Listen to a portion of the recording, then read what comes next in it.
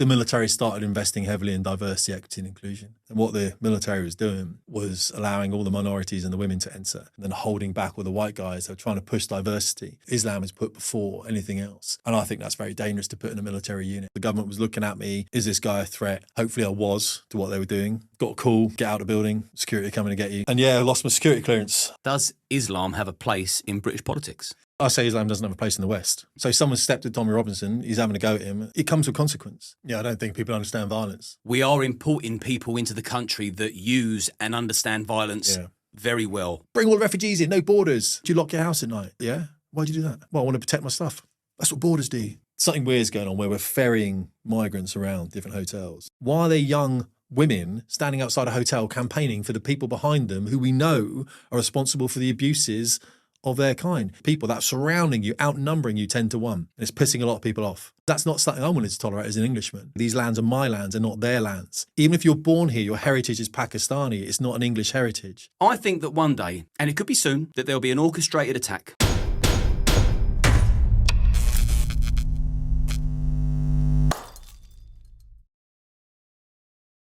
I want to say a quick thank you to our sponsors, Gold Seal. I use their products every single day, and now I finally get to work with them.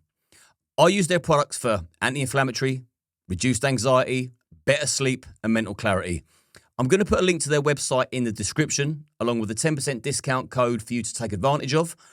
Go and have a look at their website, see if there's anything in there for you. I hope you enjoy this week's episode, and good health.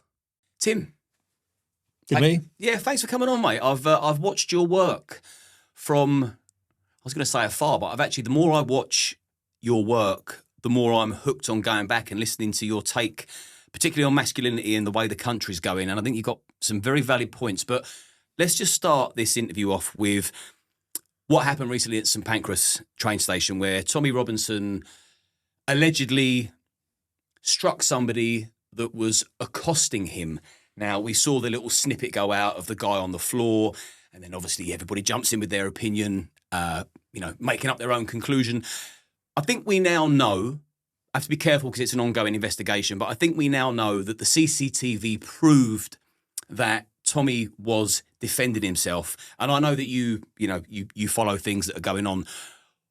What's your take on that whole incident? At what point do we defend ourselves? At what point do we start to actually fear for what somebody else can do to us if they're continuously following us and making threats and raising their voice? This is a long question, but it made me think about, wow, everyone's on a witch hunt now. They want him arrested. They want him held to account. They don't really know what happened. It made me think, imagine if somebody burgled my house and I come downstairs and there's a burglar and I deal with him and he ends up falling asleep. Because when men hit other men, the chances are they're going to fall unconscious. Yeah. We're sort of 15, 16 stone men. When punches are thrown, we don't want to really hurt someone, but it does happen. And I think, are we now living in a country where you're going to get burgled one day, you catch the burglar, you put him on his arse, you put him to sleep, and you end up going to jail, and the rest of civilization champions that? It's like, where are we heading, and what are your thoughts on that whole scenario? Yeah, I don't think people understand violence. I don't think people have experienced violence. I think if you experience violence, even in school, you've been in school fights, whatever, you understand how it can escalate and how people can pile in and how you can all of a sudden be in a really bad place that you didn't intend to be in. And I think Tom Robinson understands violence. And so even one bloke coming up to him is enough that could do him significant damage, and all of a sudden he can't pay for his family and his kids can't grow up and all that kind of stuff. So, I've always said if there's any doubt, there is no doubt. And in there's doubt. I mean, the guy could do him some severe damage. So, yeah, if you step, I don't understand. If you step to someone, it comes with consequence. So someone stepped at Tommy Robinson, he's having a go at him, and eventually I assume Tommy's hit him and the guy's fallen down. The guy's probably rolling around on the floor trying to get some compensation. I mean, why would you challenge Tom Robinson? You know what's going to probably happen. We don't, the other thing is like the Manchester instance with the two Muslim lads that are going through the court now looking to be sentenced, isn't it? We never saw the whole tape until it was leaked. I think I did 3 films on that, didn't I? And saying, look, I think the first thing I did when the police officer was kicking the guy in the head was like, he's doing that for a reason. Police officers just don't jump on people's heads. You know what I mean? He's doing it for a reason. What is that? And then eventually when the tapes came out, you could see exactly why, because the police officer thought the guy got his gun off him as they both fell back together. So there's a lot more to come out about it. I fully understand it. Every man should be able to protect themselves. Why would that be such a bad thing? It's a very like a neutered country that we are so detached from violence, we don't understand it when it happens. And the thing is, and you're quite right, people don't understand violence, whether it's a good thing or a bad thing. If you do understand violence, like I think you and I do, we are importing people into the country that use and understand violence very well, which puts me on edge, and it makes me think people need to start understanding violence. I'm not encouraging we go out and use it, but we need to start kind of becoming very familiar and have a good understanding of violence. Yeah, you said it really well. Like whether people go training, I mean, I don't train in like boxing or jiu-jitsu, but look, I know people can do those kind of sports and everything, you know what I mean? But I'm a big rower, and I'm a big guy when I'm lifting things, that kind of stuff, trying to do stuff whenever I can. But when you don't have that physical connection with something that's causing you some aspect of suffering, you can be overwhelmed very quickly with violence. You can be even confrontational things, you know what I mean, on the street. I'm a very much go towards that threat kind of guy. I always have been. I expect you're the same, because that's the better defence. Very often, a good offence is a better defence. It can escalate, of course. You've got to be very careful. But the other thing is, you don't put yourself in situations where these things can arise, especially if you're with your partners, which all men know, because the partner can get in the way. You know what I mean? So, and I don't know what happened with Tommy there, but the fact the man can't walk around without being accosted in the UK, that in itself is criminal, because we all should have that ability to be able to walk around without being accosted by someone. Yeah, and at a train station where, you're supposed to be able to go to these places freely on a day-to-day basis to get to work, to get home. And what you said there is bang on the money. So don't, if you can avoid putting yourself in places where things could happen. So, for example, I've been stabbed multiple times at the same time. I wasn't that unlucky. And yeah, I've had 101 fights. I've been punched, bottled, hit with lumps of wood. You name it, it's happened. No problem, no drama. Yeah. It's live by the sword, die by the sword. But I learned very quickly that I don't want to be the one bleeding out. Yeah. I don't want to be the one hit first. So if I fear danger, I'm going to do exactly that. I'm never going to be the one that instigates it. I'm never going to pick on someone or bully somebody. But we have to, this is probably what I'm trying to say, the long and short is, I think people now in the UK, we're living in such a volatile time that people really need to start not just learning how to defend yourself. If you can lock somebody up or you can throw a decent shot, it is going to help. But also the vigilance, the peripheral, the understanding of where the threat could be coming from. Like we need to all be on high alert, really, because the country's not what it was 20 years ago when you could walk around with your earphones in. You've got to pay attention. Yeah, but the high alert thing will bring a level of anxiety that will manifest itself throughout the population and cause us massive disharmony and disunity itself. So we've got to be very careful of that. We can all walk around like doing this the whole time, but what's that send a signal to you? When you're a man and you see me doing a bit of this, you start doing a bit of this. It's because it's a natural thing, and then the other guy's doing this, and all of a sudden we're all on edge. Great point. Yeah, we don't want to live like that. Great point. We never lived like that before, did we? We can go back into the 70s and 80s when we were all growing up, and that's never how we were. But now we are. So what happens to the country is we fragment naturally just by the introduction of a high level of anxiety caused by the importation, whoever it might be, of different ethnic groups that may well cause us problems. And I think when we see things like what's happened to Tommy, consistently happens to Tom Robinson and other people, you'll get people, let's say, on the left. It's easy to just say they're on the left. I don't mean that necessarily, but you'll get a section of people that will justify what happened to him and say, well, if he just shut up talking about this, then that wouldn't have happened. And then that becomes a normality. And then people justify these kind of acts, and before you know it, well, if that's justifiable, then something else is justifiable, and then we fragment into two different separate units, and before you know it, we've got some kind of low-level insurrection, civil war, and then it manifests itself into something more serious at the top level. So we have to, as men, I feel, we have to be able to take responsibility and go, right, are we being dicks about this? Can we just lower this level a little bit? And what does that mean? It doesn't mean being confrontational with one each other. It doesn't mean going in and getting people in locks. It means not being there in the first place. It means not going into these places where we're going to be the person that has to then do something. Because we can all look for fights. I'm a big fan looking for fights. Not anymore. I've hit 50, you know what I mean? But you know what I mean? You look for kind of different fights when you're 50, mate. You know what I mean? Because, I row with young men and they're superbly strong. Yeah. And as we all were when we were young, but like 25-year-old, the guys I row with are strong, and I'm not as strong as that. So I'm not looking for those kind of things. But what we are looking, of course, for is a better community to bring up our children and our families. And I think we also need to, if the left and right disagree on everything, I think one thing that needs to be agreed on is that if you don't agree with someone's political opinion, you shouldn't think it's fair game for them to become a punch bag either. Of course. We need to sort of unify on that at least. Of course. Opinions are opinions, but it's not okay to beat people up that you don't agree with. That's pretty fucking ridiculous. But we're learning as well, right? So it's very easy for us to talk about factors within our society, and we can take some classics, can't we? Like, I don't know, the amount of, say, the immigration levels that are coming in. We can say this is all bad. But these are still people that are bringing in families to grow them up in the UK to contribute as best they can. Some are, some aren't. And so we're all learning, aren't we? And it's not good enough to just bracket people or put them into one big pool and say, oh, I hate these people or I hate these people. So, yeah, but as men, we've got to be responsible and we've got to be careful about it. And it's interesting because I know that you went from the left to the right at one stage, but I don't want to cover that. Fine. I don't want to cover that now because I still want to talk about, I suppose, violence. Because when I said earlier, if a burglar enters your house and you knock him unconscious and you're the one, fucking ended up in court getting a prison sentence. With the invasion, the mass importation of unvetted, fighting fit men. Yeah. It's not even the elephant in the room anymore. It's clear as the nose on Barry Manilow's face. These are one of my fears and concerns. And this isn't to scaremonger people. This is hopefully that it just gets people out of their bubble they're in thinking that everything's okay. Yeah. Because it really isn't. I think that one day, and it could be soon, that there'll be an orchestrated attack. I think we've imported all these foreign bodies with an ideology that's not compatible with ours. They're plotted about the UK. They're probably in secret group chats. And when the time's right for them, they'll hit the button and it'll either be churches attacked or our own homes to put the fear of God into the country. Like an October the 7th Hamas-style attack. Sure. Now, A, can you see that coming? And B, are you prepared? And C, what are you willing to do? Yeah, it's quite a multi-layered thing, isn't it? But the whole focus of terrorism is to terrorise. So in effect, they don't need to do anything in order for us to be terrorised. They just need to place things into our brains that things might happen. And then the whole country, as I said, is on edge with anxiety and everything else. We're terrorised without them doing anything. So just the influx of these young, we call them military-age males, 16 to 45, which I'm not anymore. But, still I think I've got a bit of fighting spirit in me. But these men that are coming in are 16 to 45.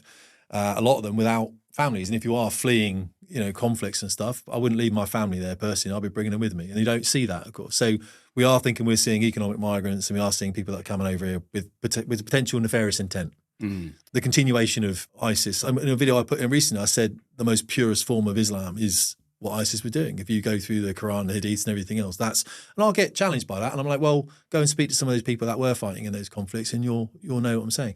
So what I think is going to happen, I think there's a possibility of that, but I think the security services are pretty switched on to it. They have done raids recently, haven't they, where they've picked up people that they knew were building cells. In a way, the security services sort of rely on it not being a mainstream thing, so they get the intel so that they can go and do things about it.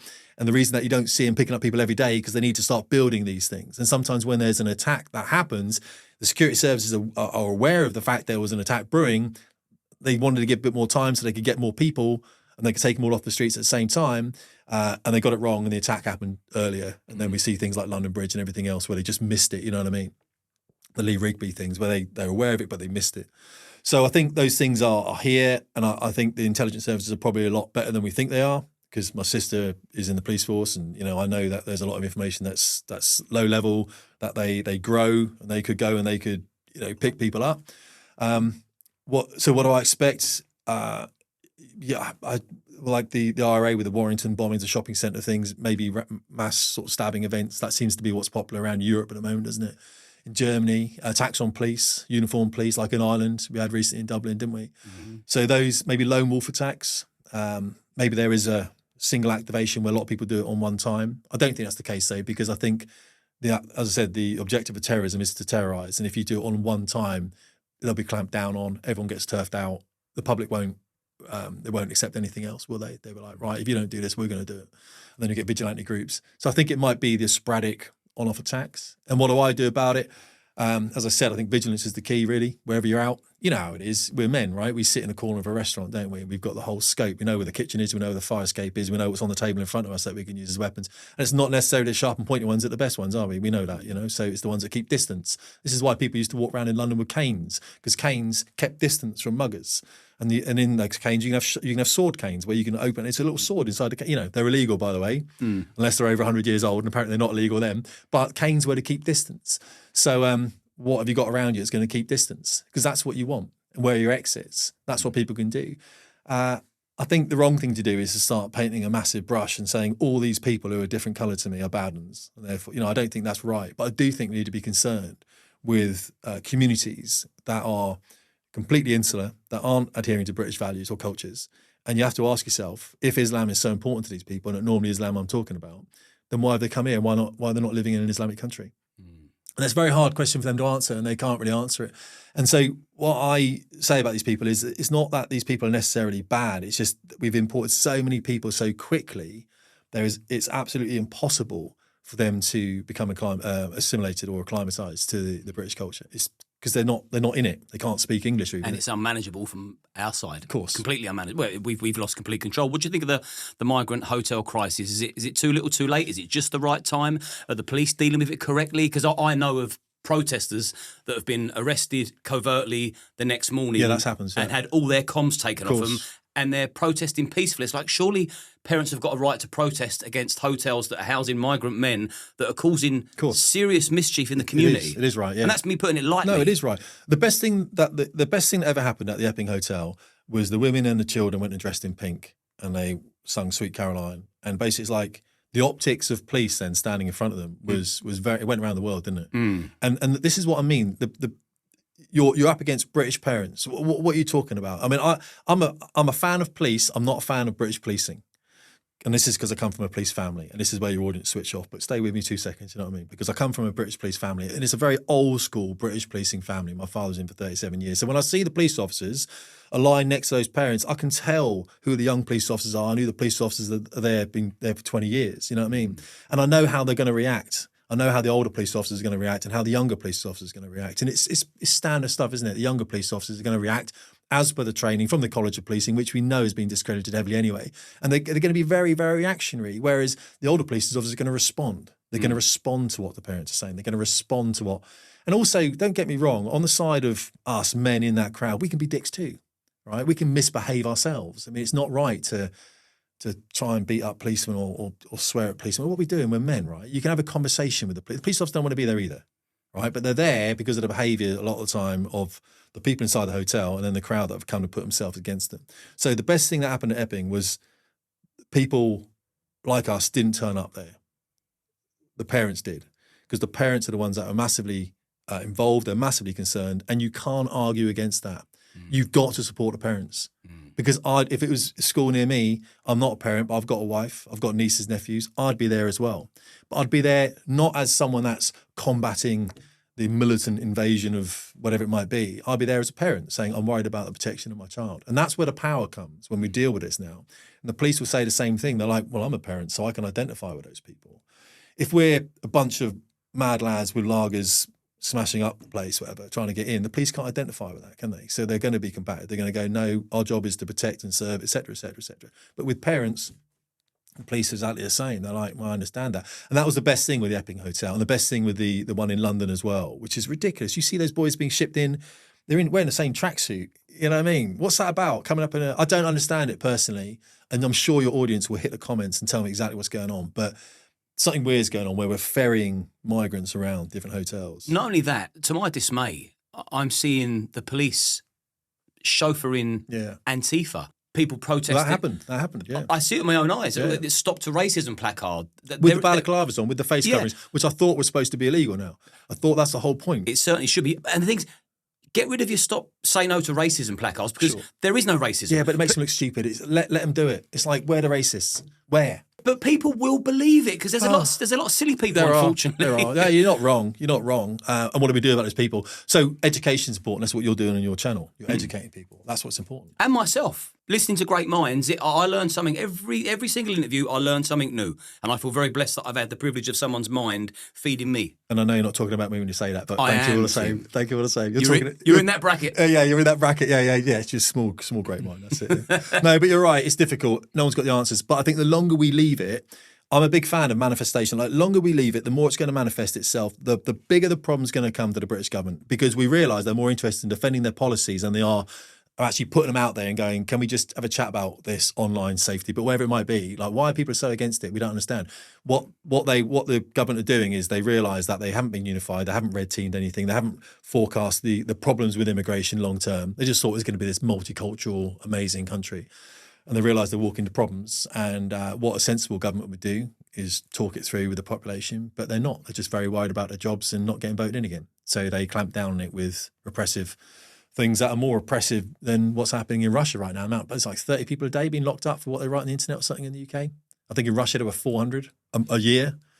So this country is gone a bit strange. Even people, it's quite funny, even my brother lives in an Islamic country. He's like, what's going on in the UK, mate? I'm like, it used to be the other way around. I used to be saying it to you, you know what I mean? And now, yeah. But this is where men need to step up and just say, no, there are standards, there are boundaries, there's discipline, which we're all slacking at. We're all slacking at it, but we can look into ourselves and do better. How are we going to bring this country together? And this is why I talk about communities as opposed to politics. Give us a brief because you're 20 years in the military. So give us your backstory so we can get people up to speed that they'll probably go on and follow you from this. Yeah, I'm not after that, followers. Don't get me wrong, and I'm not for everyone at all. But people will find strength in you. Well, if they, I think we find strength in each other without being weird about it. So a lot of the followers who people write in the comments, I recognise because they write me emails, right? Or they join my school. I run an online flight school.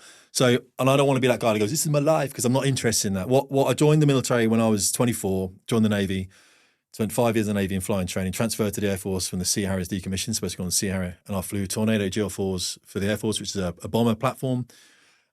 Went to Iraq twice for that, and then I went into flying training. I was in flying training for a decade after that on the Hawk T1, which the Red Arrows fly. Teaching people to fly that, and then the Hawk T2, which is an updated variant with updated avionics. And I left about 6 years ago. And then I went into contracting work for the Defence, Ministry of Defence work, which lasted 6-8 months. Then I went in eventually, the marriage was falling apart, obviously, which is pretty standard when you come out of the military, alcoholism, all that kind of stuff. You throw it all in, may as well do it at the same time, right? Yeah. Get it all done together. And then I went to work for a company, which when I was working for them, the military started investing heavily in diversity, equity and inclusion. And what I was helping was young minorities and white and everyone, doesn't matter, get into the military to fly airplanes. They were writing to me, helping them out, interview techniques. And all the minorities started writing to me saying, I've got my interview date. And all the white guys, not girls, were saying, I haven't got anything back from the Air Force in 3 or 4 years or something, And then the minorities started saying, hang on, all the guys in my class or all the guys in my university, all the white guys, I'm leaping ahead of them. And we realised there was a problem. And what the military was doing was allowing all the minorities and the women to enter and then holding back all the white guys. They were trying to push diversity. And at the time, I didn't realise why, but now I realise that the plan at the time was to basically invest in multiculturalism in the UK, mass immigration, which was happening back in the 20s and 21. And in order to do that, of course, in order to get people into the military recruitment problem, it had to show that in the military there were a lot of diverse sort of characteristics, as it were, diverse ethnicities. And that's why I heavily tried to put all those in. And in doing so, I spoke about it on Sky News and all sorts of platforms, newspapers and everything. And then the Air Force apologised eventually, not to me. But I lost a job, so I was working for this engineering company, and just one day got a call and it said, "Get out of the building. Security are coming to get you. So either get out or security will get you." I was like, "I'll fucking take my chances, mate." You know what I mean? But I did leave because no one wants a ruck, do they? Not in public place. And yeah, I lost my security clearance for what I did on my YouTube channel, which was, and I didn't lose it. It was paused. The Air Force is on wrong. Air Force. The Ministry of Defence, very clever. Faceless, bureaucratic, no names in all the government agencies. Because you have the politicians, which we can identify, the ministers. But you don't know who's head of, well, you might know who's head of the civil service departments, but you don't know what's underneath them.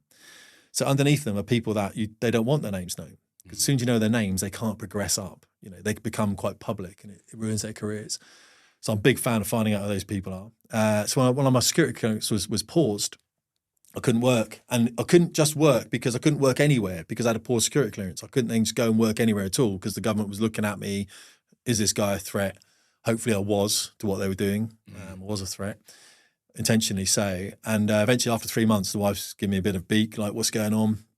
Fair play to her because I'm sitting around, getting myself drunk to oblivion, wondering whether I'm going to work again. And eventually I realised what the ministry were doing with multiculturalism. And I had some other stuff as well going on. I phoned them up and said, I didn't phone them, I wrote them a letter and said, look, I need this back to work. If you don't give it back, I'm going to start putting YouTube videos out more aggressively over what you're doing on these particular areas. I got it back within 3 hours. Funny that. Yeah, straight away. No names again, just an email go, we've reviewed your thing and therefore we've granted your clearance back. No name at all. No reply address, nothing like that. That's how they work. But of course I didn't go back into industry again. You can't go and work like that if you can be cancelled that easily. You can't do it. So I didn't work. I started my own business and then I work my own business now. And we wonder why we're living in such a low trust society at the moment. Yeah, and you're absolutely right there. And we can hate on it as much as we want, but I think one thing we do as men is we recognise the reality that we're living in at the moment. It is a low trust society. Anxiety is building up. It's volatile, right? There's tinderboxes everywhere. Who's going to cure that? All right, the government's not going to cure it. We understand the government. This is why politics isn't working. So who's going to cure it? It's going to be the men in the communities that are going to have to hold the balance here. We're going to have to do it through discipline and standards. And it's going to be difficult, and that's why we've got to work at it. We're talking of standards. So you're 20 years in the military. Obviously, they've kind of changed the demographic of the whole framework due to multiculturalism. Sure. Did you see an incline or a decline in standards? So when I left in 2018, remember I was teaching people to fly fast jets, right? So the people that come through fast jet flying training have probably been doing so for about 5-6 years. It should be a 3.5 year training course. It took a bit longer just because the way we do it in the Air Force. Highly motivated individuals, all ethnicities, all sexes, all that kind of stuff, right? So when I left in 2018, the diversity training we did was half a day a year, where the bloke who ran the diversity training was probably the most racist bloke you come across. You know what I mean? He was a good dude, another pilot, funny boy. He was he must have been half Turkish or something. You know, he's a minority himself, but funny guy. And he'd go, right, don't be racist. Everyone understand. We'd all go, yeah, all right. You know, don't be sexist. Yeah. That was it. And we all knew it. It wasn't a thing. And I say it wasn't a thing because I grew up like Dave Thompson, Linford Christie, you know what I mean? Frank Bruno. I spoke to Frank Bruno on Twitter, actually, lovely bloke. But we didn't look at these as black men. We looked at them as British men. They were heroes of ours, still are, absolutely still are, right? I mean, people go, they're not English. And it's like, well, if you want to be an ethno-nationalist, then you could say that their heritage is not English. But who's more English than Frank Bruno? Legend. Yeah, we're saying that Frank Bruno is not an Englishman. It's a ridiculous notion. So when we're having all these diversity classes Great point. Well, when we're having all these classes in the military, diversity back up until 2018, it was just like, you got to just stamp. Everyone, yeah, right, Brent, you've done it. When I left and this stuff started coming out, what the Air Force was doing was throwing all minorities and women at the Air Force. Because remember, Ben Wallace, who was the Defence Secretary, I've argued with Ben in the past, he was trying to get the 30 by 30. So he wanted 30% of the military to be women by 30-30. There's no reason for it. And what the Air Force did, because the problem with the military, they're can-do people. If you tell them to do something, they'll do it, and they'll do it twice as well, and they'll do it twice as fast, and that's what they do. So what happened in the military under Mike Wigston, who was the chief of the military, chief of the Air Force, under Mike Wigston, used to be a boss of mine, lovely man, I like him, but the guy obviously went a bit mental. He decided to do better than that. He was going to get 40% of the Air Force to be women, and 40% women, 20% minorities by 2030. There was no reason for it, but you'd have 40% of the Air Force as women, 20% of the Air Force. There's not 20% minorities in the country. So I said, why not 50% then? You're being sexist, mate, aren't you? You know, I mean, let's take the piss out of it. Play right? with their own game. Exactly. He goes, well, that'd be silly, wouldn't it? Well, 40% silly, mate, because at the moment, the Air Force has got 16% women.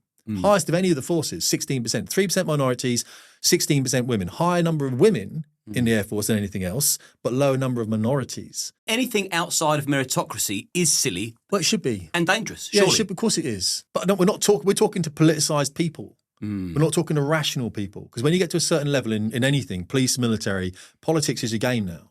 It has to be, else you're not going to level up. And this is why you have this disconnect, don't you? They have this band, we call them the sort of middle tier promotion in the military. I'd say it's the wing commander, maybe the group captain sort of area, which is you've been in for 25, 30 years. You're invested, right? So if you leave now, you'll never get into the top of your game by going and working for, I don't know, Deutsche Bank or something like that. If you leave after 30 years in the military, you haven't put the groundwork in, you can't. You'll be that kind of guy, that advisor, that middle tier guy.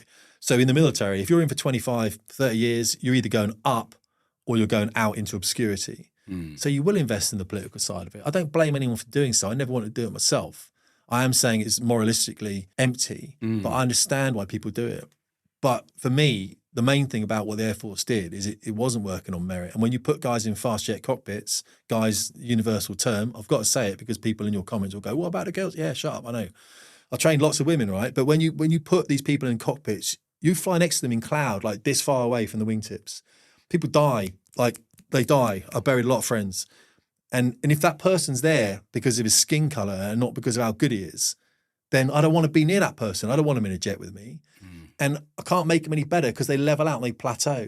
And the problem with putting minorities and women, or even just people who let's pretend someone's got a father in the military and he gets in through the back door. Let's pretend. It doesn't happen, by the way. I've never seen it happen, but let's pretend it did. That person doesn't believe in themselves either because they haven't got there by merit. And one of the biggest factors we have at the moment is when we force minorities into something or when you force women into something, they get to the point where they don't believe in themselves because they haven't done the work to get there. Not all of them. I'm saying when you force certain numbers, because I know women that are just fantastic at piloting and everything. It's like an else. organic imposter syndrome. Yeah. Well, yes. Yeah. Exactly. It's a good way of looking at it. So organic. Yeah. Absolutely. It is an imposter syndrome. It's a lack of self-belief. But it's like literally driven externally by people that have decided to force these people into these roles. But it's not like they've gone and tried to get themselves. But when you pick a kid up off the street and you say you'll be good in the military, and he's like, "Why is that?" "Oh, shut up, just get in." And it's because he's black.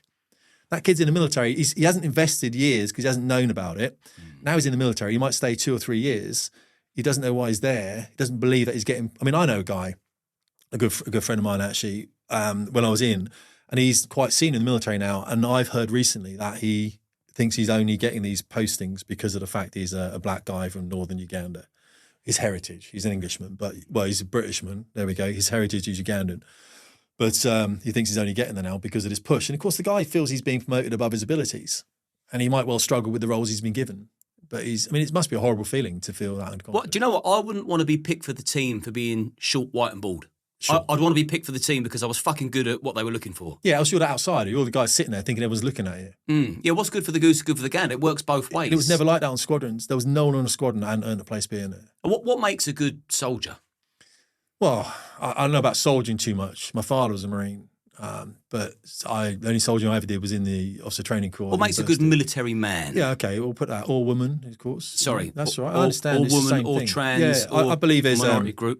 Or cat, actually. Like we can identify as them now. We can identify as them. What makes a good military cat, Tim? Okay, we'll do that, shall we? So you've got to look at the bigger picture. You've got to look at other people. This is the thing. It's service before self, isn't it? So you come second. And someone always told me, look, you're never going to be bigger than the Air Force. Well, that's great then, because the Air Force is fantastic. I love it. I'm glad I'm there. Same with the Navy. I'm a very lucky man.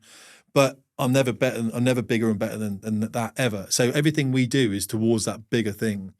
I've never seen anyone in the military think they were bigger than the unit they were serving on. I think I've seen people come out and they've exploited their back. People said it about me, though, weren't they? I'm thinking people like I'll just throw Ant Middleton's name out only because I've watched a lot of his stuff recently because of his push for Mayor of London. And I've just thought, what kind of character is Ant Middleton? And I think, unfortunately, Ant now coming out is really leveraging everything about that for his brand. Fair enough. We've got nothing else when we come out, right? So fair enough. I'm not having to go at Ant at all. I'm just thinking whether he's suitable for London Mayor. I don't think he is at all. We can chat about it. It's fine. I'm happy to talk about that. So the person that's the best military person, the person that puts the military unit before himself, above all. Right? I think the Americans call it like God, country, don't they, unit or something, and there's an order for it. So yeah, you have to be patriotic. And my worry is that people joining the military aren't necessarily putting the country first; they're putting the community first. And as we see that with specific communities, specifically Islam, where Islam is put before anything else. And I think that's very dangerous to put in a military unit. We've seen adverts, the army advert where the guy was praying. I think that sent a completely wrong message. I can see why the military wants to put it out because, of course, if British guys aren't joining anymore, and they are, but not in the rate they were, many reasons for that, by the way, then who else is going to serve? Well, let's get immigrants in. Let's get massive amounts of immigrants in. And that's twofold. We get immigrants in so that immigrants can see immigrants are in, therefore immigrants are going to join. They believe this multiculturalism is the best thing. But yeah, the best person I ever met in the military was the person that put the military before themselves. Yeah, service before self is great. I mean, that's a kind of a words to live by. You're not bigger than the team. Well, the community, like your community that we're in, like you as a man, as a place within your district community, all the clubs you go to, the gym, the pubs, whatever it might be. If you're that twat that's doing stupid stuff, you're going to embarrass everyone that knows you, right? So we self-regulate, don't we? We're putting a bit of weight on, whatever. I'm going through a bit of a weight, bit of not weight. I was bulking for the rowing season and then I'm not bulking. I'm like, I know what's happening. Winter's coming up and work comes back in again. But it takes people in the boat with me to go, right, what weight are we going to be hitting then? Because you're putting a few pounds on. Well, let's go for 95 then. Let's go, whatever it might be. So you're self-regulated by the people. So, I think that's what we do. And that's why the service is more important than the individual, because it kind of has to be. Was there anything that was really harrowing in your 20 years of experience that when you went into Civvy Street made it more difficult because then you used alcohol to cope? So what was the process? Of transitioning back into... Yeah, what was the trauma? How was the transition? And then how did you cope? Yeah, it's interesting. So a lot of people, and when you speak to people that have been in firefights and stuff like that, that's not necessarily that traumatic because they're designed for that. That's what they're there to do. And they put rounds down range and their mates get hit wherever and they like sort them out and they get them out.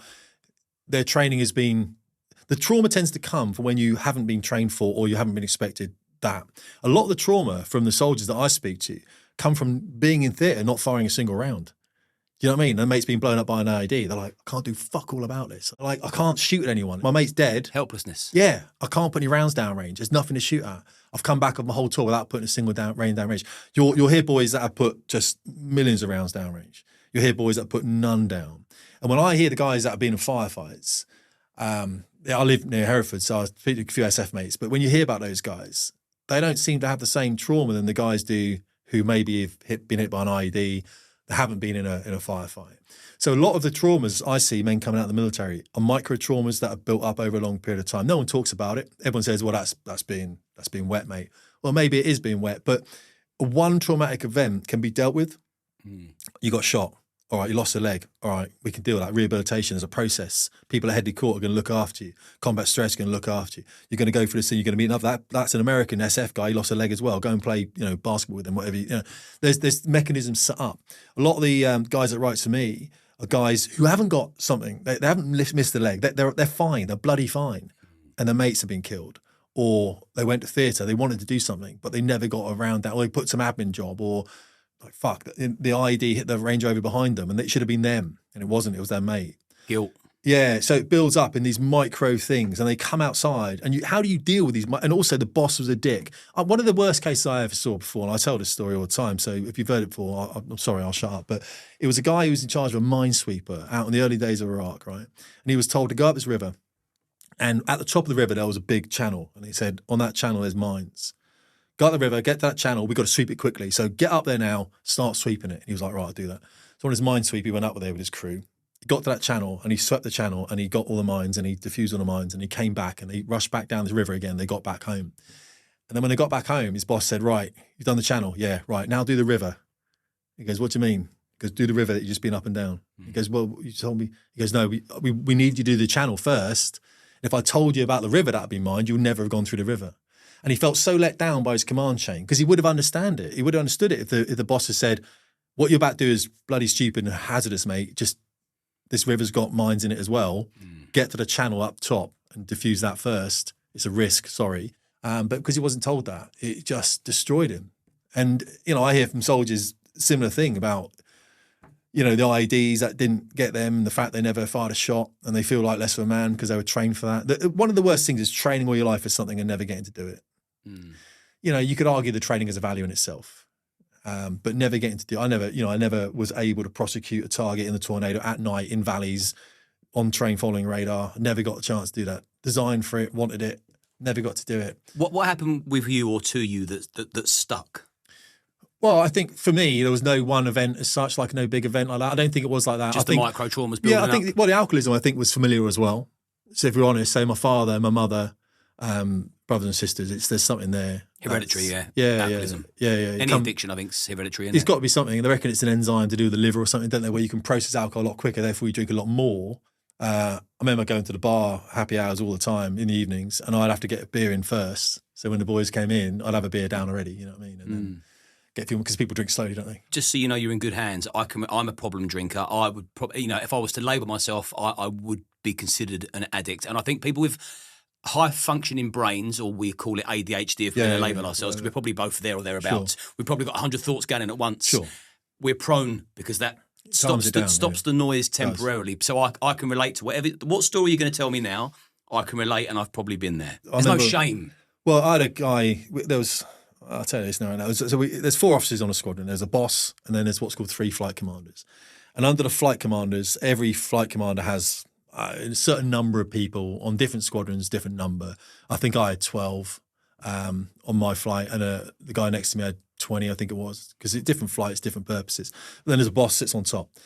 And next to me in another office, I was OCB flight and OCA flight, a guy called Ricky, lovely bloke. He was a Harrier mate. He spent a lot of time in Afghan, doing a lot of kinetic stuff, dropping a lot of bombs on compounds, killing a lot of people. And he was going through some trauma. Lovely bloke. He used to rock backwards and forwards when he's, make weird noises. Everyone knew it was just Rick. He's a very talented pilot, like top dude. And one day he comes in to my office and he says, have you thought about going and seeing someone because we're all angry at the squadron. I mean, this was flying training. This was the privatisation of flying training, causing massive amounts of damage throughout the Royal Air Force flying training system at the time, back in 2011, 2012. Really difficult time. He says, have you thought about going and seeing someone? I was like, no, Ricky, what do you mean? He goes, I've just seen this dude down in Telford, part of the Department of Community Mental Health, part of, he's a psychiatrist, right? You can go and see him and you can get a day off work. You know what I mean? And you go and see him, he's going to chat to you about stuff. Yeah, I'm going. I'm going. So I went to see him, went to see this guy because Rick said go and see him. And he'd helped Rick out, and saw this boy. And he was a group captain, and I went in there. And I remember in the waiting room, I was sitting next to this guy with one arm, this young boy with one arm. I'm like, why am I here? You know what I mean? Just got some weird stuff going on, but this boy's missing an arm, Weird stuff. And I went to see this group captain, and we chatted about stuff which was pretty obvious, stress, panic, all that kind of comfort curves and things like this, and how to deal with stress management. I've been in the Air Force for 15 years. And he said, whatever you do, don't stop drinking. Don't stop drinking. And I was like, thank you, boss, because that's quite a good thing to hear, isn't it? You know what I mean? I was always open with doctors about my drinking. I was always open about it. What did he say? The last thing we want you is up there cold turkey. That's what he said, yeah. Don't give it up. He said the only reason you get into aeroplanes, you said you guys, he obviously knew it was more of a problem. You weren't flying pissed, were you? No, I never got into a jet. No, I never cracked a tinny as I strapped in, no. I mean, you are a wild one. We'll talk about that. We'll talk about the maintenance of a habit in that environment. But I remember him saying, don't stop drinking. And then I also remember him writing to me 8 months later saying, oh, sorry, I've forgotten to follow up. Do you want to come down and see me again? Meet you in the pub. Yeah, meet in the pub, yeah. So no, you never get into, I mean, I remember some massive sessions with some very big personalities in the Air Force that I will mention no names of. When we walked out to jets that morning, the following morning, some very big names that will be in the press. I never talk about it, doesn't matter. I remember all of us talking about, we're good to fly. You know what I mean? We're right to fly. In the olden days, it was more of a thing like people would just the Phantom guys and the Buccaneer guys, legends would smash it all night, climb into the cockpit, 100% oxygen, crack on, get the job done. And that manifests itself throughout my training. It was like, a work hard, play hard mentality. We want to see you in the bar. Like you've had a shit trip today in the bar. And you'd be in the bar from 5 o'clock, you drink through to about 10, go home to the wife, go back tomorrow, do the same thing. It was a pretty hardcore existence. But then it mellowed as we went into the 2012, 2013, 14, 15s, I suppose, really. The squadrons weren't the same. The ones I was on was, as I said, privatised by by civilian companies, and it wasn't as unified, so therefore the bar presence wasn't as big. So you tended to go and drink at home.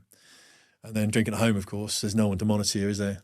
Yeah, that's a one-way street to devastation, that is. Yeah, but I used to walk into work because I was too worried about driving.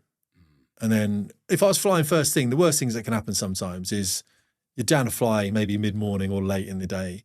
You can crack into the tins. And when people talk tins, a lot of people don't understand what I'm talking about when I say that. Like, have a few beers. I'm not talking a few beers. There's no point having a few beers. My sister was very good at this. My older sister, she used to say, when people at work would say, should we go out for a few cocktails after work? She'd be like, how many? I mean, what do you mean a few cocktails? We're talking one or two. And they go, well, a few. No, I need an exact number because I need to buy a bottle of wine. She'd never say this, but she wanted to buy a bottle of 1 or 2 on the way home and have them ready because a couple of cocktails not going to touch the size, is it? You know what I mean? One's too many and 100's not enough. Absolutely. I can't stop drinking. So, and why would you bother? Why start if you're not going to carry on? For me, I can't have 1 or 2 and go, oh, I'm done. That's not me. How long have you been sober for? 2.5 years. Good man. Oh, yeah, no, it's all right. I don't even think about it anymore. I do all the time, but in a very different way. I now look more at suffering and sacrifice as being a burden of a man that you need to carry and you need to work through. It's like carrying your cross for life. My burden was alcohol. Hopefully that's the only one I have to carry, you know what I mean? But that's my burden. So I'll carry that cross and hopefully I can help other people go through something similar. So, I mean, there's so many people that self-soothe, and also drinking is, from my understanding, it's quite a big part of the military culture. I mean, all of my friends that are in the military, they played hard, they worked hard, and they come out and they used alcohol to self-soothe and cope. To sort of segue into Civvy Street, because that's a hell of a change, isn't it? Yeah, it's massive. 1 minute you're in uniform with a purpose and routine, next minute you're out, and I don't see my military friends that are suffering get a great deal of support either. Well, what about you? Okay, let's be realistic about the support thing as well, because when we talk to veterans, I'm a big fan of saying to veterans, look, mate, did you not know what you were doing when you went into this, right? Because we were young, 18, 20, whatever it might be. I was 23, 24. We knew it was the military went into, right? We knew it was the military. No one said it was going to be easy. No one said coming out of the military is going to be easy. We've known for a long time coming out, but no one's going to save you. No one cares about you that much. And it's quite a hard thing to say, but also it's really helpful for a military guy because you can kind of embrace that now. You can fuck off the victimhood, right? Because you're being a twat. Let's stop it, mate. No one's going to come and save you. Like, no one cares about you. You think you do. Your mum might. Your wife probably doesn't, actually, because she can always go and find a bloke that's not whinging about being in the military and not having any, you know what I mean? Stop fucking around with alcohol for a start. The gym is there for a reason, all right? Or a backpack in the hills, very popular one, trying to throw yourself off a cliff. You know, we have to just somehow pick ourselves up because no one's going to do it. Now, you can grab some other boys if you want. And there are some other men out there that will go walking with you.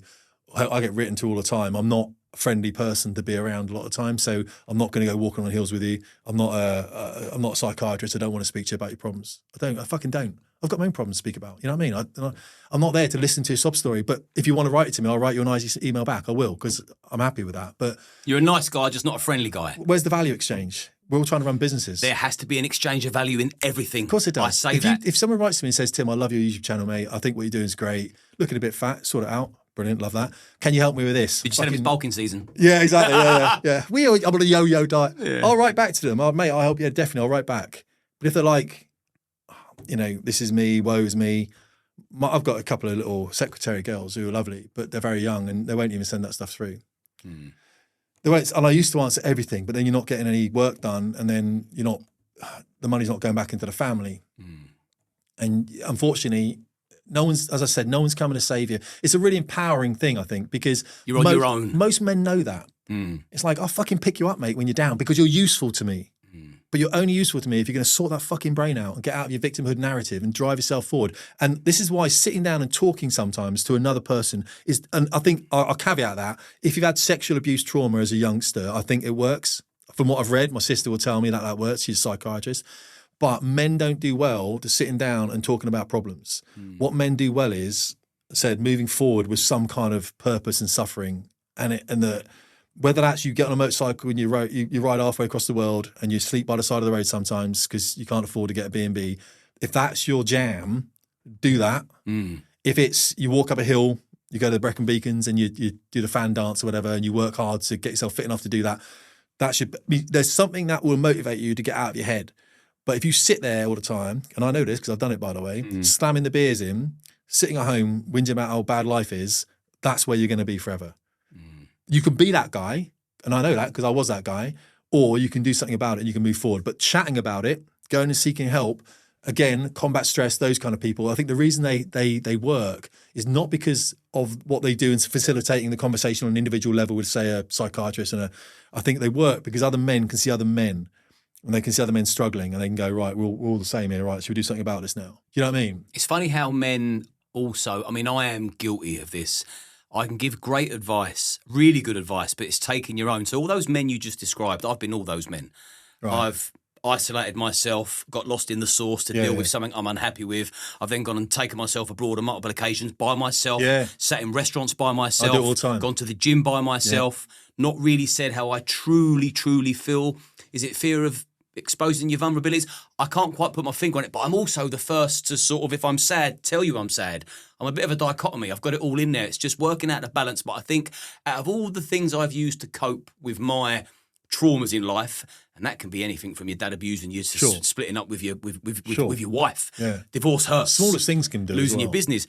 The best coping mechanism for me that got the best results, and I'm sort of on that journey now, this very day, is sober, be in the moment, the power of now, and talk. Be honest. Have the conversation with yourself you don't really want to have, the scary one. Yeah. Look at yourself and say, where are you going to go from here? So when I talk about faith a lot, all right, and I'm not necessarily talking about faith in God, I'm talking about faith in the person you could have been.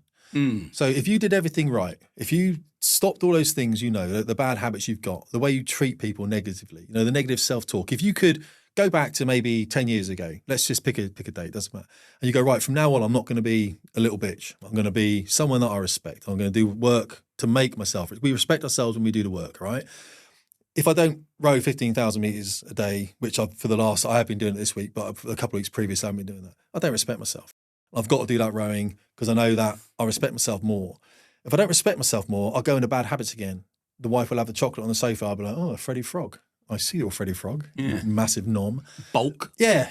Where's the rest of them? Because I'm in now, you know what I mean? I may as well. We're all there, right? I'm an addict. Yeah. I need 100 of them. Yeah, if they were bad for you, they banned them, but they haven't, so I'll have them. So, But if I'm not doing the work, I'll allow those bad habits to come in. I'm the same. And we all know it, right? So it's the same thing. Like the work, like the not snapping at the wife sometimes takes work. The enforcing discipline in the household takes work. I'm not a dad, but I've got nieces and nephews. Being that uncle that sets a few boundaries and is a bit unpopular for a while takes a bit of work.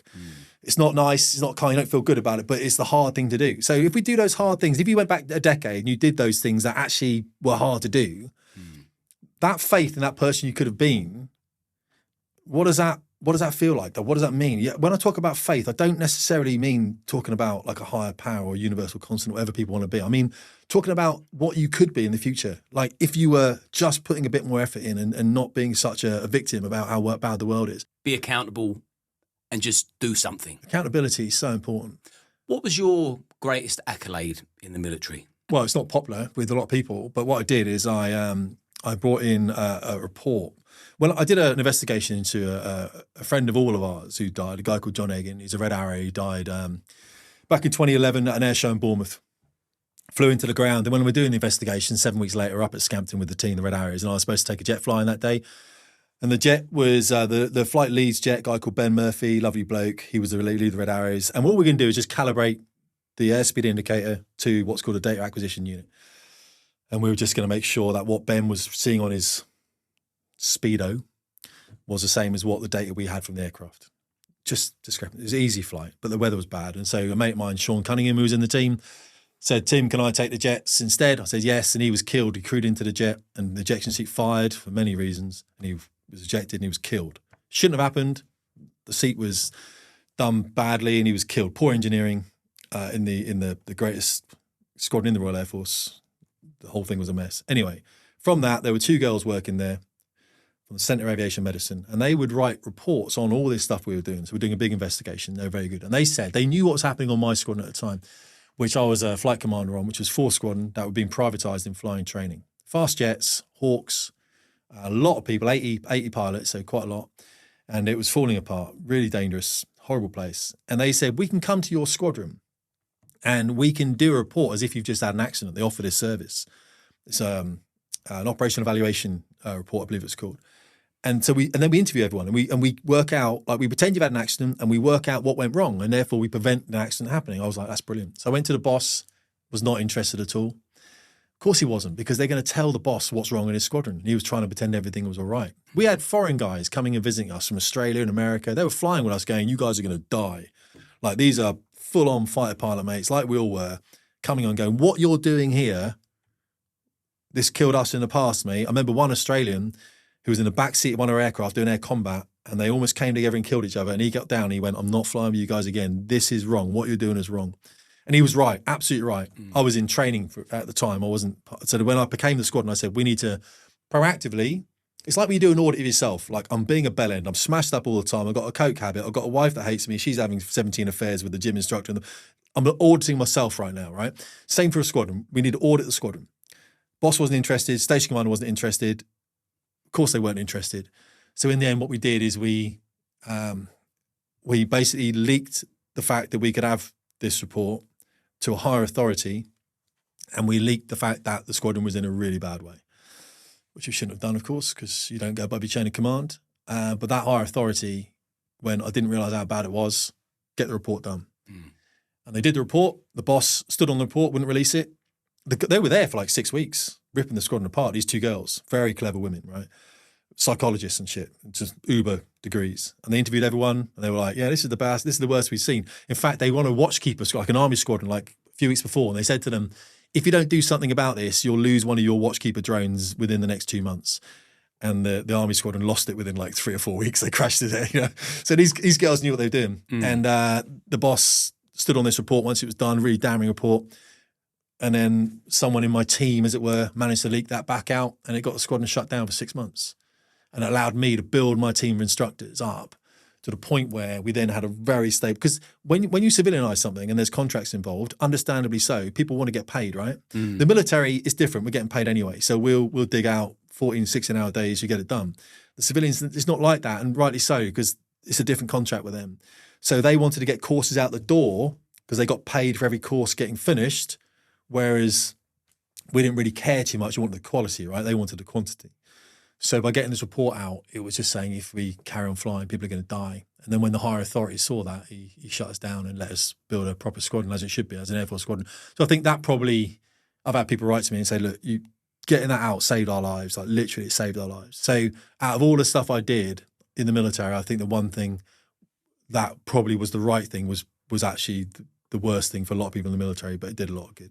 Being a maverick played out for the best. Yeah, and I had to stay on that squadron for another 4 years after that, getting kicked around by some senior people. So that wasn't... And speaking of maverick, this is just my pure curiosity, and then I'm going to bring it back to current day. And we're have some of your lemon whilst you tell me. Please do. Brilliant. Well, I want to ask you, Iron Eagle, Top Gun, or Officer and a Gentleman? Iron Eagle. You seen Iron Eagle? I've seen them all. It's like 5 of them now, isn't there? 4 of them? It's a horror. I mean, Iron Eagle was the greatest film. Dougie Masters, Chappie Sinclair. Brilliant. Iron Eagle was a great film. That Iron Eagle came out before Top Gun. But because it was about stealing aircraft, they had to go to the Israelis to use Israelis aircraft instead because the United States Air Force wouldn't let them use F-16s.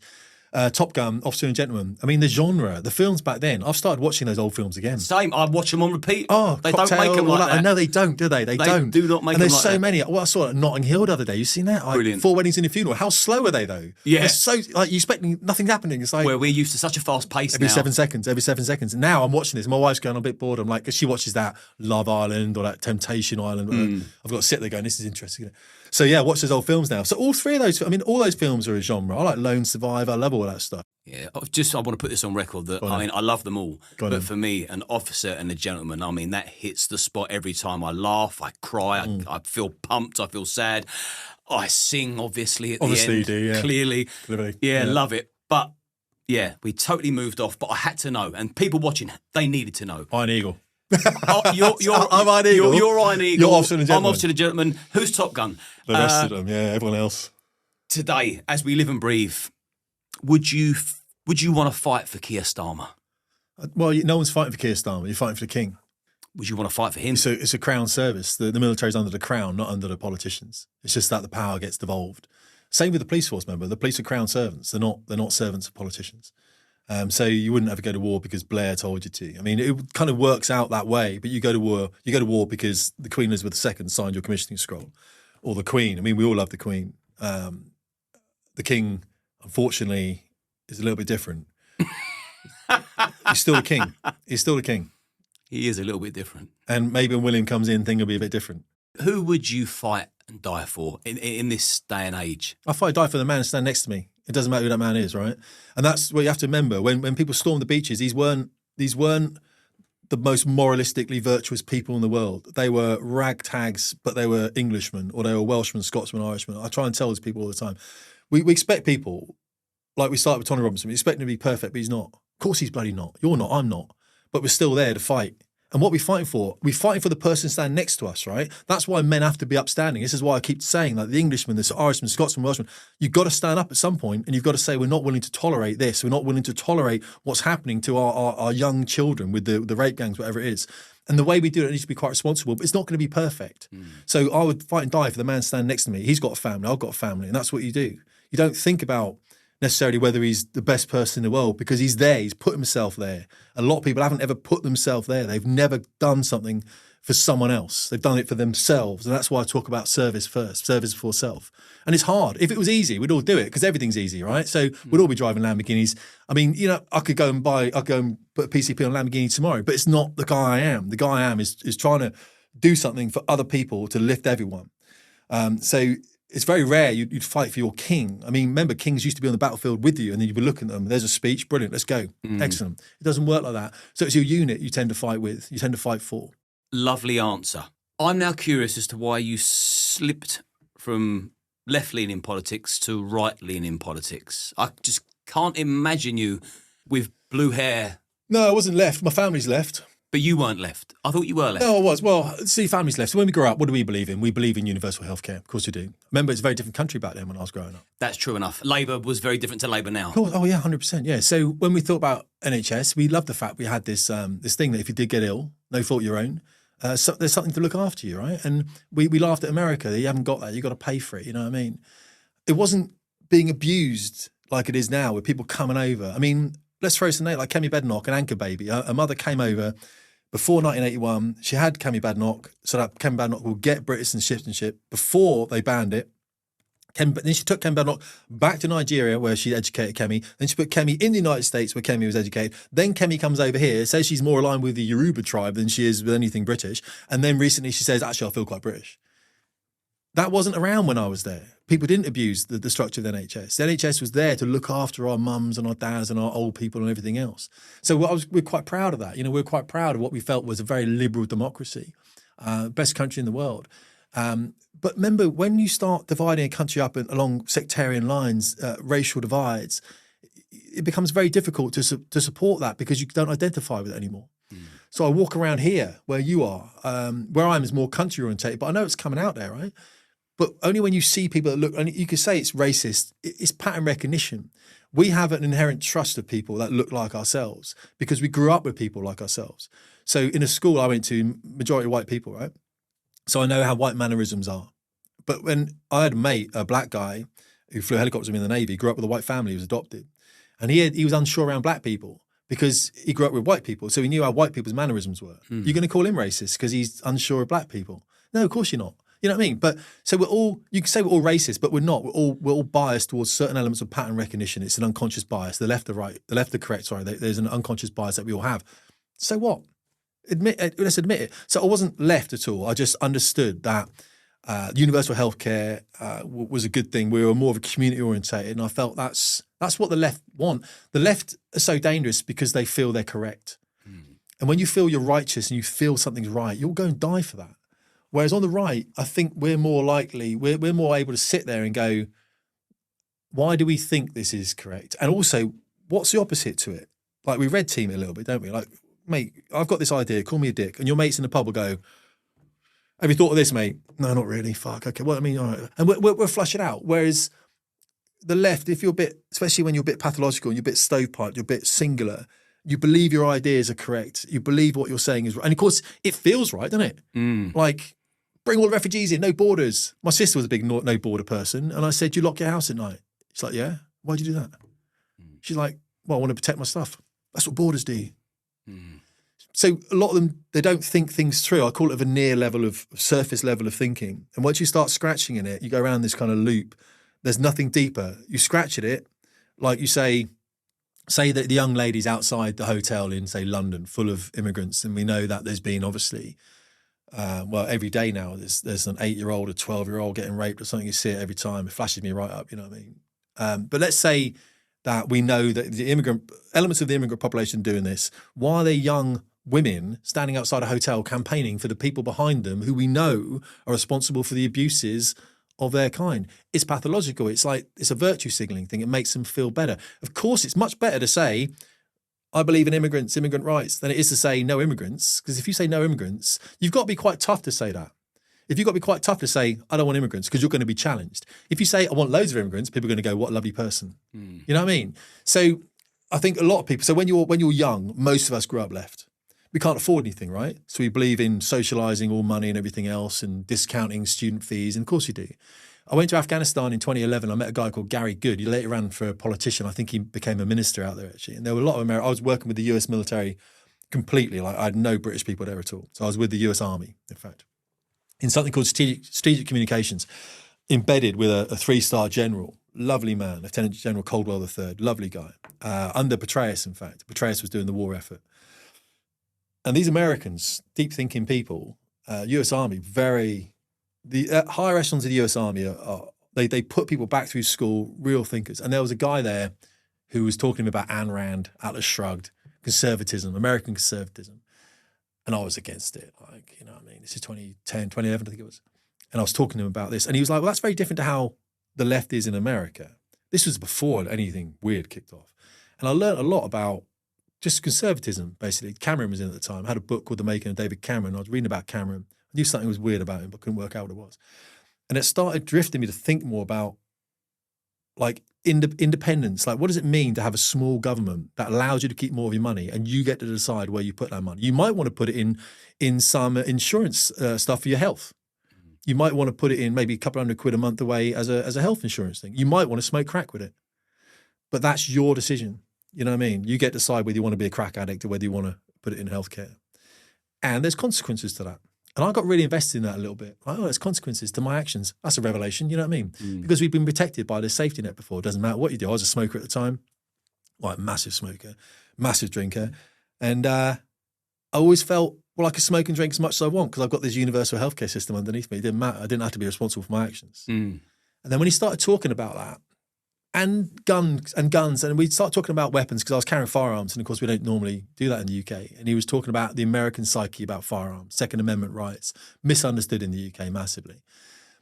I started thinking, actually, these guys, they're talking a lot of sense. And I listened to this guy and a couple of other guys I was with as well. There were people on the left. There were two guys in the office. One was a Democrat, one was a Republican, and those other guys I listened to. It just got me thinking. And after that, I went and did some reading. Thomas Sowell, some other, lots of people. Started just trying to read both sides and just trying to balance up the argument and then contest that argument with people on my family's very left, as I said. So I go to the family holiday and I say, Donald Trump. And then they go, rage. And I go, all right, but we understand that. But listen to what he's saying. And then you realise that some people won't ever listen to what they're saying. And you think, well, hang on a second. If they're not willing to listen to any kind of argument, are they really on the side that's willing to balance cognitively and have a sort of dialogue that might be a bit exposing and difficult and embarrassing and humiliating? I'm willing to do that because I'm willing to say that I'm probably wrong. A lot of time on my YouTube channel, I'll say, by the way, guys, I think I'm wrong on this. And then the comments will either go, no, yes, no, yes. And that's great. I have a conversation. People in the comments on your YouTube and my YouTube are actually bloody cleverer than we think, right? And they write some really intelligent stuff. They're enlightened people. Absolutely. It's weird, isn't it? I've learned a lot from people in the comments. So online, what I realise is sometimes in my comments, they're different people now. The people that were so vociferous and angry at me have gone. They've changed. Someone else has come in. And so people do evolve. And so I think it's quite dangerous to say the left are all bigoted, stereotyped, singular views, because the left, it does move around. It does change. People basically look at the left as they grow up. And they might be 50 when they grow up or 60, but they grow up. And a lot of it is when they realise they have to take personal accountability and responsibility for their actions and no one's going to look after them. That's when they start going, all right, okay, I do need to hit the gym, else I'm going to get fat. Or the NHS can't look after me because it's been flooded with migration. I mean, so when my family, when I speak to them at the annual family holiday, and they hate my channel, by the way, a lot of my uncles and aunts hate my channel, I mean, with a real hatred, I challenge their views. And you can see them going, well, yeah, in fact, some of them lived in Crawley, and I remember them saying, yeah, Crawley's quite busy now, isn't it, with lots of immigrants. That's where I'm from. So, yeah. Crawley lives in Crawley, yeah. So I'm quite familiar with this kind of area, what I mean? Well, props to you for going against the grain and being balanced and being open to new ideas. And here's a thought or an idea. Well, in fact, it's actually a thought of an idea, an ideology being part of British politics. Brilliant. So the question is, does Islam have a place in British politics? Well, I say Islam doesn't have a place in the West. So by definition, it doesn't then, no. And I stand by that. And I honestly believe it has no place in what we see as the West at the moment. Now, the West might become Islamic, and of course Islam has a place in an Islamic West, but the West isn't Islamic at the moment. I don't think it's compatible with what we would see as Western values at the moment. Absolutely, I don't feel it's compatible whatsoever. I get a lot of hate from that, couldn't care less. I don't particularly want Islam in England. Why? Why in this Christian land should I have... If Islam was so good in Islamic countries, why have they come to this country then? And why have they come to this country and then complain about how bad this country is? Go back. Because if you don't go back, there's a big piece of sea surrounding this island, and I very much doubt many of them can swim. It's a big trap. They've come here, they've trapped themselves in, and they're talking shit. And it's pissing a lot of people off. And they're doing things that are very un-British, let's just say, with the Pakistani Muslim rape gangs. Now, it's not everyone. Not at all. I'm not saying that. But what we're not getting is the Muslim communities calling out bad Muslim behaviours. And that's my big thing about it, because we call out bad people all the time. Don't get me wrong, and we do. But we don't see it that way around. And people will say, well, they do, or they're worried, or they're afraid of the Islamists. Well, you better be afraid. Who do you want to be afraid of more? People in your own community, or do you want to be afraid of people that are surrounding you, outnumbering you 10 to 1? Because I'd be more worried about that, because that's not something I'm willing to tolerate as an Englishman. Now, we come down to ethnicity again. I'm actually half Welsh, half English. I'm actually an eighth German. But either way, these lands are my lands and not their lands. Even if you're born here, your heritage is Pakistani. It's not an English heritage. When we talk about Linford Christie, he's got Jamaican heritage, honorary Englishman Frank Bruno, honorary Englishman. Daley Thompson, honorary Englishman, because their heritage would be African, or they've got one parent that's English and one parent, you know what I mean? So they've always got somewhere, I look at it, somewhere else that they have an allegiance to. Kemi Badenoch, she's born in Britain, she's British, but she's Nigerian. Her parents are Nigerian. So this is why she sees that she's got more allegiance with the Yoruba tribe than with Britishness. That's what she said. She said that. So she's got somewhere to go. We haven't got anywhere to go. So when you talk about British politics, I don't even think it's like that. I don't think Islam has any place in the West, full stop, irrespective of British politics. I don't want it anywhere near British politics. If you go to UAE, you go to Qatar, go to Saudi Arabia, tell me how many Christians are in their government. How many Christians? There's none, zero, for a reason. Why? For a reason, because they're an Islamic country. The problem that we've got right now is that we're a Christian country and we've forgotten that we're a Christian country. It doesn't mean you've got to go to church. What it means is, and the reason we're not as much of a Christian country as we were, I think 46% Christian, is because we flooded it with Islam. It's not just a case of people not going to church. You couldn't care less about church. You can go to church if you want to. I'm a Catholic man. You know what I mean? Sometimes I go to mass, sometimes I don't go to mass. Fair enough. You put your hand up and people will criticize me from that because there is a militancy on everything. There is a hierarchy of Catholicism. There's a hierarchy. You know what I mean? We know that, right? And it gets quite deep as well, you know. Start getting Pope Leo XIV calling you up, you know what I mean? Right, someone, all right, Pope. You know, one of my private coaching clients, whatever, you know what I mean? But the truth is, we're talking about Christian values now. And then people go, what are Christian values? Well, tolerance is a great one, isn't it? Acceptance, you know what I mean? Forgiveness, you know, faith and togetherness and family and charity and all these things. And it's very different to what I think the virtues of Islam are. And people will come there and go, no, Muslims are very community orientated. I don't think they are, because I think when you fail to call out the behaviours that damage your community to such an extent that the people of your host nation want you out, fundamentally there's something wrong. And I would even go so far as I see Muslim men that did that to the British women as inherently weak. I don't want him in the country. I don't want that level of weakness here. He's about himself and his own pleasures. I don't want him here. I'll throw him in the sea myself. It's a matter of time. That is coming. If that behaviour is consistent and that exists, it's coming. You see it in government as well. You know, you see Muslims going to government and that Muslims in government are about Muslims. It comes first. Their faith will come first. Whereas what we do in government is we look after the country first, because that's our country. They look after their faith first. They look after Muslims first, and then anything that's left. That's the problem. That's the difficulty. And that's why I wouldn't allow any Muslims into the British government. I wouldn't allow it. I mean, the thing about it's like the military, people go, well, would you allow Muslims? I taught Muslims to fly airplanes. Absolutely right, yeah. And I trusted them, they trusted me. But they've made a sacrifice. They've shown they're willing to suffer, and going into flying training is about suffering. So they will suffer. You go into the military, you're going to suffer. You're going to suffer when you go in. You're going to suffer during it. And when you come out, you're going to suffer for the rest of your life with many different things. Many different things are going to be in your brain for the rest of your life. So, yeah, I do. If I fly with Muslims in the military, absolutely, I trust them 100%. They've made that suffering. They've shown the dedication. But there's fewer Muslims in the military per capita than there are Jews. So Jews care more about defending the United Kingdom than Muslims do. That is the truth. That's an absolute fact by a factor of 5. So you tell me where are Muslims investing in this country? Because I don't see it. As a Christian man, I don't see it. I don't want anything to do with it. And I am a bit angry about it. You know, I am. Well, the thing is, a lot of people are. A lot of conversations, not only that I have, but I'm kind of my background security, so I'm listening and watching everything. So if I'm in a restaurant, although I'm talking to you, I'm listening to them. I hear these conversations everywhere I go, but there's just not many people that are willing to put their face to camera and say it with such gusto. How do we restore trust back into society, do you think? You mean trusting? We're just on a whole, because we live, like we said earlier, we live in a low trust society. We're all very suspicious of each other. Yeah, no, I know, right? And power. How do we restore that trust so we can live in a less state of anxiety? So I was on a train. I sat opposite down the carriage from this dude listening to stuff on his phone. And there was a woman there, and she had her kids and stuff, you know what I mean? It's not comfortable when someone's got playing. So I went and sat next to him, looked at his phone, and said, "What is it, mate? What are you watching?" And he was all a bit, you know, so we've got to call out these behaviours, poor behaviours. And calling out poor behaviours is going to come with consequence. Mm. I mean, you step at Tommy Robinson aggressively, you're going to get punched in the face, whatever. That comes with consequence. So we have to develop a two-thing. This is like I'm a bloody expert on how to restore, you know, of course I'm not. But what I'm saying is there's two. We've got to look at our own behaviours. How are we representing ourselves to the world, right? Are we holding ourselves properly? Are we dressing smartly? Are we looking after our weight? Are we thinking about what we're doing with our relationships? And are we disciplining our kids properly, wherever it might be? You know what I mean? Are we a stand-up guy? Are we known in the community as a stand-up guy? Or are we that dick that's got some coke habit on the side. You know what I mean? There's things we can do that we shouldn't be doing, and we need to sort of address those a little bit. And the other one is calling out poor behaviours. And those poor behaviours are going to come with consequence. I think the biggest problem I've got is with politicians, senior police officers, policing in general, not police, but policing in general. With the Muslim group rape gangs there, they weren't called out. They were kind of hidden. The Labour councils hid them over because they didn't want to, cause racial tensions, which is a massive distrust of the British population, as opposed to just saying, let's have a conversation about this. They didn't want to do that.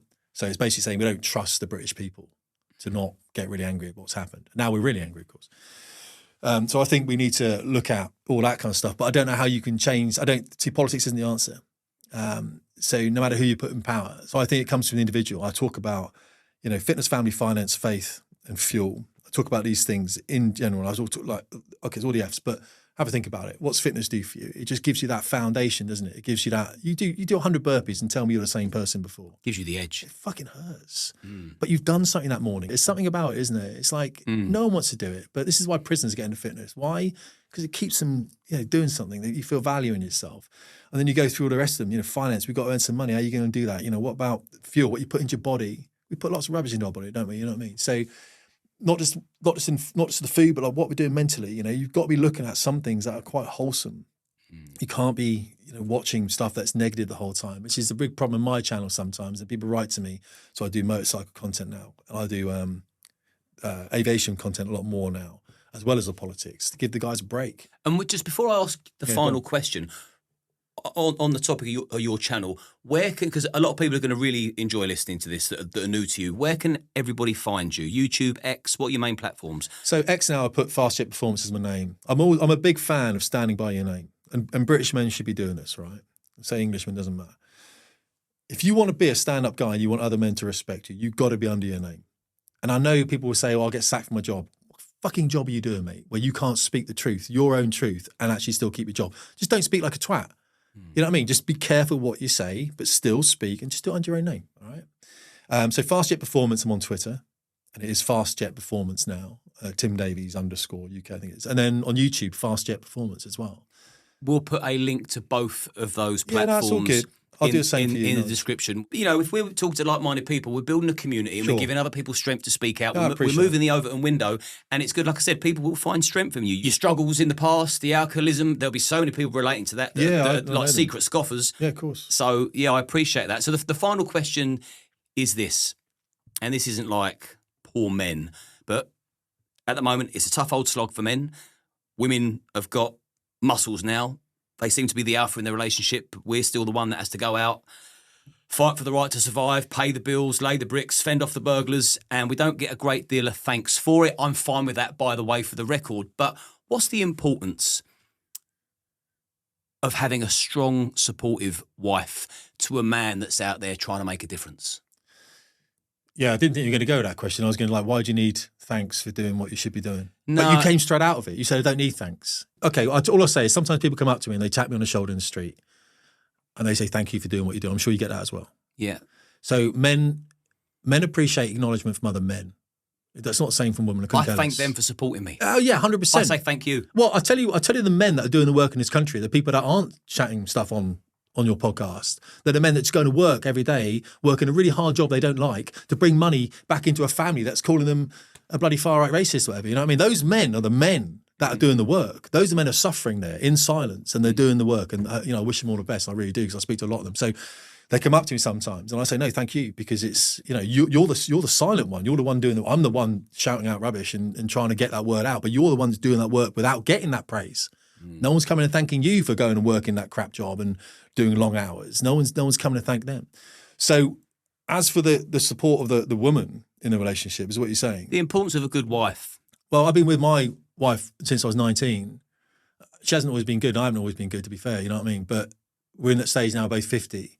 I don't know how long I've been married now, because I didn't marry her straight out, you know what I mean? We've just been together since I'm 19. But she's always been there, And the thing about when you're in the military, you want an alpha woman because you go to war. And they have to hold the fort and do all the finances. And when you leave the military, you want that beta woman back. And she don't change. She's the same bloody woman that she was in the military. And it's hard because you come to like that all the time. So I've learned to soften when I need to soften. And she softens as well. I'm not very good with vulnerability. All right. I don't know why. It probably comes from father thing as well. So I I'm not very good with affection, not very good with being touched, like physically, because my dad, he sort of forgot that he had 3 kids. He loved my little sister, but he forgot about the 3 above her. You know, he was a Marine. He didn't want very good. So, so my wife, you know, the relationship that we have is I think it's a good relationship, but you know, always constantly working. So, but she's very, she's got her own business. She was very supporting when I was in the military for 20 years. Remember, when you're in the military, you're both in the military. She doesn't get to decide where she lives and works. She has to go where you go. And then when you leave the military, the last thing you want to do to her is tell her where she's going to live. Yeah. I left the military and I was like, where are we going to live? You know, where do you want to go? And she decided, and that's where we live now, over near Cheltenham somewhere, because she liked, I don't know, fields and stuff, you know, which is great. And we live there now. So I think I can think, okay, so I'd rather be alone than with a woman that was not supporting. Yeah. You know what I mean? I think a lot of men, look at this now. And that's hard. Yeah, I think a lot of men we chastise Gen Z, don't we, a lot for being insecure and crap, whatever. But actually a lot of these young men are like, I can waste time by chasing these women who don't really want me because they're girl bosses and they haven't really worked out what they want yet. Or I can hit the gym, because what I keep saying to people, look, just get yourself a job, get yourself a small car, try and get yourself onto the housing ladder if you can. If you can't, you know what I mean, try and get into a relationship at some point. And then if we can get them into jobs, relationships, get them earning a bit of money, you know what I mean? That's the thing. I think we've got someone that's going to invest themselves in the country. And this doesn't matter whether they're an English Christian man or whether they're a Muslim man from Pakistan. It doesn't matter who they are. We'll get them investing in the country if we can get them into relationships and housing especially, which is so hard to get, and get them into jobs. So having a woman with you that's supporting you, but remember, you've got to support her back, and that's hard sometimes, especially with this feminism right now. They're talking bollocks, a lot of them. That's a fact. My wife talks bollocks sometimes. I was telling you before I come on here, wasn't I, about her hitting 50. Like, whatever, she just challenged me on the random stuff. I'll say something and she'll go, that's not true. All right. I mean, sometimes it's stuff that I've taught for 20 years and she goes, that's not true. I'm like, okay. And then she say, oh, you're doing that thing again where you're challenging me. Okay. So I remember I said, I wrote a few things down. I said, every time you've done this, there's no reason for the challenge at all, but you've just challenged me and you don't base anything in facts. And she looked at that and she went, oh, that's a good point, actually. So, you know, they know, and she knows, and it's that transitional time for women, isn't it? It's quite a difficult one for them, at 50, I think. But yeah, I've got a feeling you'll be back, so we can maybe start the next one with feminism. If you've enjoyed listening to Tim and you've enjoyed this entire conversation like I have, please do like and subscribe to the channel. It takes less than 30 seconds and it costs exactly 0. And the bigger the platform, the better the guest. And we can keep having conversations like this at the mainstream, which is never, ever platform in a million years. Tim, I've just spent the last week alone abroad, sitting in my own thoughts, working things out. I can't tell you how much I've enjoyed this conversation. I wish you nothing but the best. I'll be following your journey, and good health, sir. Yeah, thanks, Liam. Appreciate it. Thank you, mate.